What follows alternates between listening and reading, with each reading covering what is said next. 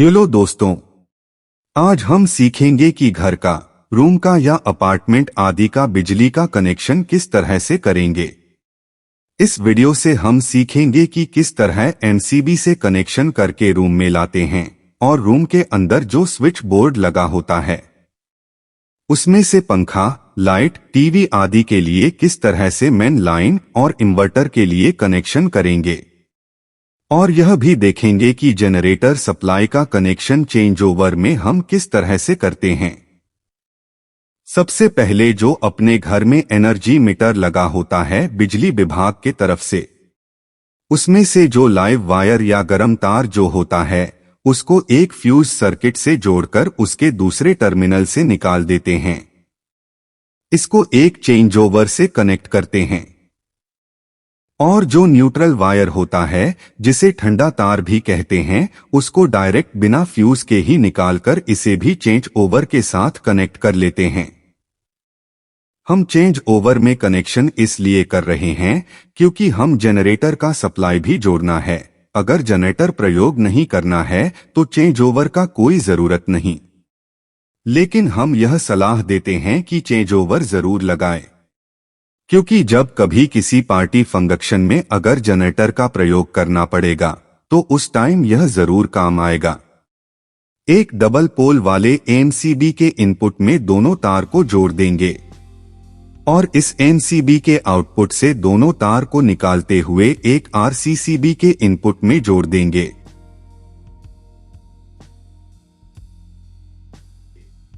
एक MCB box का प्रयोग करेंगे जिसमें अंदर अलग अलग एमसीबी से अलग अलग रूम या अलग अलग फ्लैट के लिए कनेक्शन निकालेंगे। अगर 3 रूम है तो 3 एमसीबी और अगर 5 रूम है तो 5 या 10 रूम के लिए 10 एमसीबी वाले बॉक्स का प्रयोग करेंगे। और आरसीसीबी के आउटपुट से लाइन वायर या गर्म तार को एमसीबी बॉक्स में लाकर सभी एमसीबी के इनपुट से जोड़ देंगे, एक साथ सभी के इनपुट से कनेक्ट कर देंगे। आरसीसीबी को लगाना कोई जरूरी नहीं है, आप बिना आरसीसीबी के भी डायरेक्ट एमसीबी बॉक्स में कनेक्शन कर सकते हैं, लेकिन यह सुरक्षा के लिए लगाया जाता है। अगर किसी को करंट का झटका या इलेक्ट्रिक शॉक लगेगा तो ऑटोमेटिक सप्लाई को यह उसी टाइम कट कर देगा। लाइव वायर या गर्म तार को एमसीबी बॉक्स में कनेक्ट करने के बाद हम न्यूट्रल तार को भी एमसीबी बॉक्स में लाएंगे और एक न्यूट्रल बस टर्मिनल के साथ जोड़ देंगे। अब हम रूम के अंदर लगे या किसी एक जगह लगे स्विच बोर्ड का कनेक्शन कर लेते हैं। इस बोर्ड में लगे फ्यूज के एक पिन से तार को जोड़कर इंडिकेटर के एक पिन से कनेक्ट कर देंगे। फिर फ्यूज के इसी पिन से अलग अलग स्विच के एक टर्मिनल से जोड़ देंगे। यहाँ हम 2 स्विच और एक 3 पिन सॉकेट को ही सिर्फ मेन लाइन के लिए प्रयोग में ले रहे। बाकी के 2 स्विच, एक 3 पिन सॉकेट और फैन रेगुलेटर को एक स्विच के थ्रू इन्वर्टर से जोड़ेंगे। 3 पिन वाले सॉकेट के एक पिन को भी एक स्विच के द्वारा कनेक्ट करेंगे। अब एमसीबी बॉक्स के एक एमसीबी के आउटपुट से, जो कि लाइव वायर या गर्म लाइन रहेगा, उसे फ्यूज के एक पिन से जोड़ देंगे।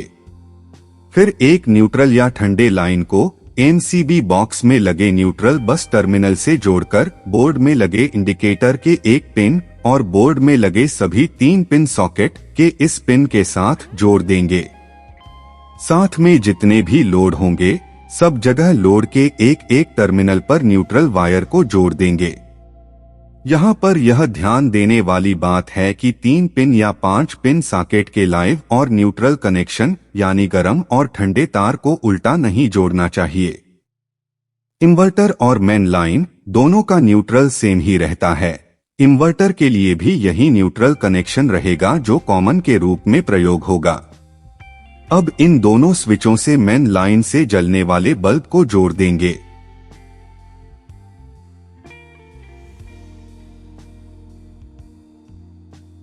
इस तरह यहाँ पर मेन लाइन का कनेक्शन पूरा हो गया। अब इन्वर्टर वाला कनेक्शन के लिए बाकी सभी स्विच के इस पिन को आपस में एक तार से जोड़ देंगे।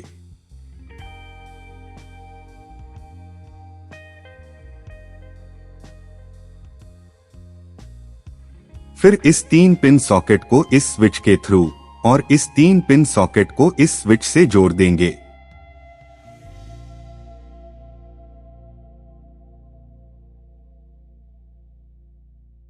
फिर इस स्विच के थ्रू फैन रेगुलेटर जोड़कर पंखा के साथ कनेक्ट कर देंगे और भी इन्वर्टर से जो लोड हमें चलाना है उन सबको इन स्विच से कनेक्ट कर देंगे।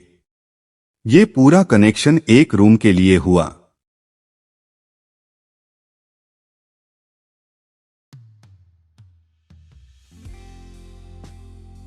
इसी प्रकार दूसरे एमसीबी से दूसरे रूम के लिए, तीसरे एमसीबी से तीसरे रूम के लिए सप्लाई निकालेंगे और न्यूट्रल वायर को न्यूट्रल बस टर्मिनल से सब रूम के लिए अलग अलग ले जाएंगे।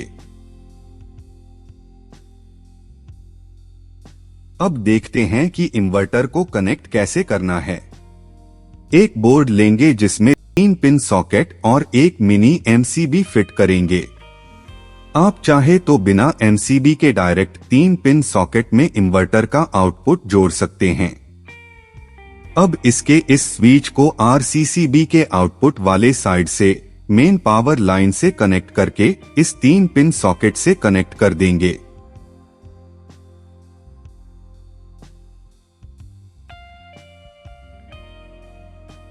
एक 3 पिन टॉप प्लग को इन्वर्टर के इनपुट से जोड़कर इस 3 पिन सॉकेट में कनेक्ट कर देंगे। यह 3 पिन सॉकेट इन्वर्टर के इनपुट के लिए हो जाएगा। इससे इन्वर्टर में पावर जाएगा।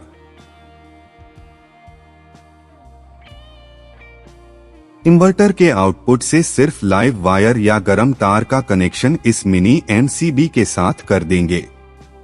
इन्वर्टर के आउटपुट से न्यूट्रल या ठंडा वायर कनेक्ट करना जरूरी नहीं है। पूरे वायरिंग कनेक्शन में मेन लाइन और इन्वर्टर लाइन दोनों का न्यूट्रल या ठंडा कनेक्शन एक ही होता है। इसलिए हमें इन्वर्टर के आउटपुट से सिर्फ गर्म सप्लाई का वायर ले जाना होता है। इन्वर्टर को बैटरी से कनेक्ट कर देंगे।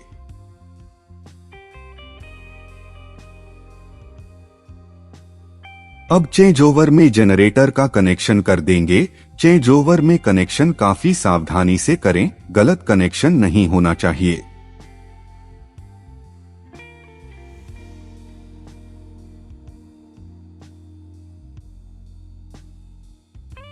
इस तरह एक कंप्लीट कनेक्शन पूरा हो जाता है। उम्मीद है आपको यह समझ में आया होगा। अगर कोई डाउट हो तो कमेंट जरूर करें। अगर यह वीडियो पसंद आया हो तो लाइक जरूर करें और अपने दोस्तों को शेयर करें।